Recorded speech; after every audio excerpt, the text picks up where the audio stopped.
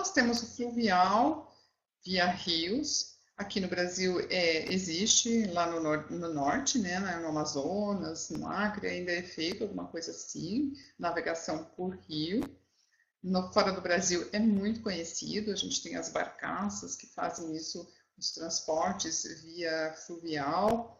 Nós temos a via lacustre, que é entre lagos, o transporte entre lagos. Estados Unidos nós temos grandes lagos, né, então o transporte aquaviário é bastante usado. Lá no Brasil não tanto, a gente tem alguma coisa acho, na Lagoa dos Patos, no Rio Grande do Sul, mas não é tão conhecido.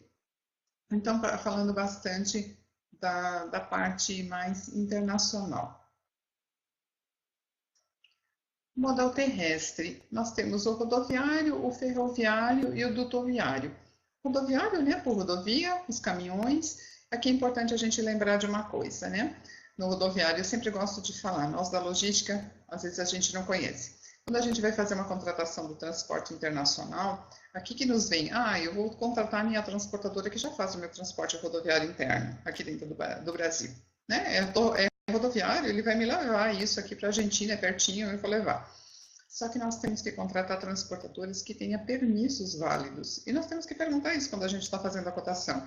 Porque às vezes até o transportador esquece de olhar que o permisso dele venceu. E aí chega na hora de transportar nossa carga, digamos que a gente até deixa ele carregar, chega lá na fronteira, a carga é barrada porque está com um permisso que não era válido. Aí tem que fazer um transbordo, passar para um outro caminhão.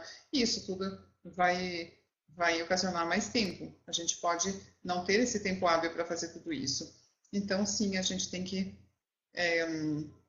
nós temos sim que nos preocupar com algumas coisas a mais também no nosso transporte rodoviário. Nós usamos bastante o transporte rodoviário para o Mercosul, principalmente, né? Brasil para a Argentina, Brasil para o Uruguai, Brasil para o Chile, ou do Uruguai para o Brasil, do Paraguai para o Brasil, da Argentina para o Brasil, do Chile. A gente usa até alguma coisa para a Bolívia, para o Peru, alguma coisa vai via rodoviária. O ferroviário. No Brasil, nós não temos exportações via ferroviária, né? A gente não tem essa condição. Mas em outros países nós temos. Nós temos esse transporte ferroviário e muito bem servido. Então, é um outro tipo de modal terrestre que também é usado.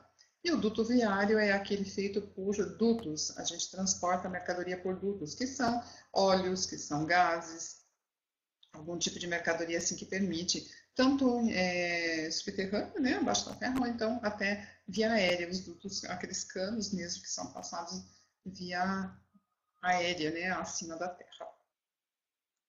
O modal aéreo, a gente tem os nossos aviões de carga e a gente tem os nossos aviões de passageiro. E aqui eu costumo dar uma outra dica também, né, quando nós estamos transportando uma mercadoria, seja na importação, seja na exportação, nós precisamos saber que avião de carga, avião de passageiro, ele tem muita restrição. Ele tem restrição de tamanho de porta, ele tem restrição que eu posso lá fazer minha reserva, meu booking, né, que a gente fala com avião de passageiro, porque normalmente o transporte, o valor do frete é mais barato, normalmente, via de regra, nem sempre, né, mas falando assim, algumas rotas ele tem um valor de transporte mais barato, porém, é sempre dado prioridade a quem? Aos passageiros e às bagagens dos passageiros. Então, se o avião estiver muito pesado, pode ser que minha carga fique até no chão. Então, a gente tem que tomar muito cuidado com relação a isso quando a gente vai fazer uma reserva de um transporte, porque a gente tem que prestar atenção a isso. Eu também tenho que cuidar no meu modal aéreo quais são as dimensões da minha carga. Ela passa na porta do avião? Ela não passa?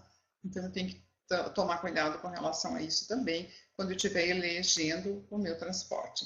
Como eu falava antes, o modal aéreo é em média 5 vezes mais caro que o modal marítimo, e isso vai encarecer nosso produto também.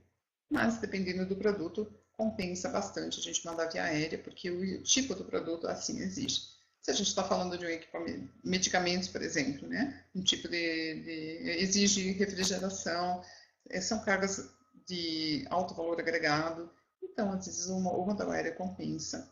Se a gente está falando de alguns componentes eletrônicos de alto valor agregado, também compensa. Normalmente as cargas são feitas via aérea.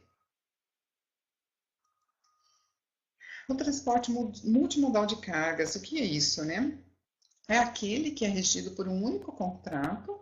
Ele utiliza 2 ou mais modalidades de transporte, desde a origem até o destino, e é executado sob a responsabilidade única de um operador de transporte multimodal. Então, no nosso exemplo, digamos que eu tenho que coletar minha carga numa cidade do interior da Alemanha para levá-la até o porto de Hamburgo, digamos que é uma cidade lá do sul da Alemanha, eu tenho que levar para Hamburgo, que fica ao norte. Eu vou utilizar um caminhão para fazer isso, para levar um container ou levar uma carga solta, utilizar um caminhão. E depois de lá ela vem via marítima até o Brasil.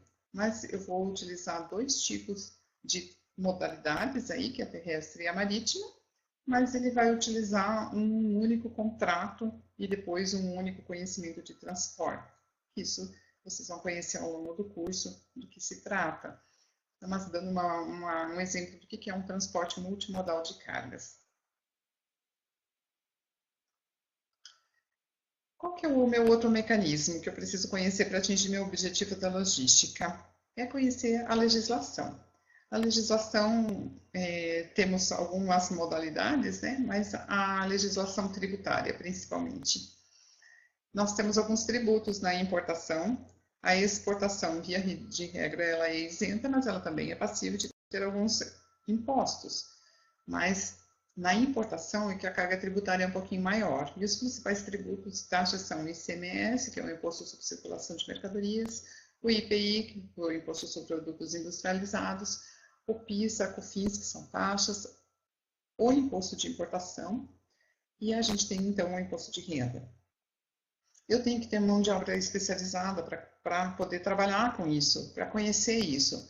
E, além disso tudo, a gente tem algumas substituições tributárias, a gente tem algum incentivo fiscal por determinados estados, por determinados portos, determinados produtos, a gente tem tudo isso. Nós temos que nos atualizar constantemente, por quê? E às vezes a gente precisa de software especializado para isso, né? Porque, digamos que o governo, nós temos, vou fazer um exemplo assim, nós vamos começar a importar um determinado produto, nunca tínhamos importado antes, decidimos importar, e aí nós consultamos lá a legislação e ela nos dizia que o imposto de importação, ele era de 14% para aquele produto. Então eu faço todo um levantamento de custos para isso, todo um planejamento para importar, e decidi sim, o meu produto fica bem competitivo no Brasil importando-o, por conta dessa alíquota e as demais alíquotas normais, né, que a gente viu lá, e a gente decidiu isso. Mas, de repente, eis que o governo brasileiro decide que aquele determinado produto que a gente ia ser importado, ele precisa ser desenvolvido, o mercado brasileiro precisa ser melhor desenvolvido. Então, o governo vai lá e taxa aquele imposto de importação, o que era 14%, ele passou na alíquota máxima de 35%. O que vai acontecer? Todo o planejamento que eu havia feito, ele pode vir a se tornar inviável, porque de 14 para 35 é uma diferença grande, e os nossos impostos, nossos tributos, eles são em cascata. Um vai incidindo sobre o outro, determinados deles, né? Por exemplo, eu tenho um imposto de importação, a minha base de cálculo do meu imposto sobre produtos industrializados, o IPI, é o imposto de importação e mais o restante, né? Mercadoria, frete, seguro. Então, THC. Então, eu tenho, se aumentar o meu imposto de importação, por consequência, meu IPI vai aumentar, o meu ICMS, que também em cascata, vai aumentar.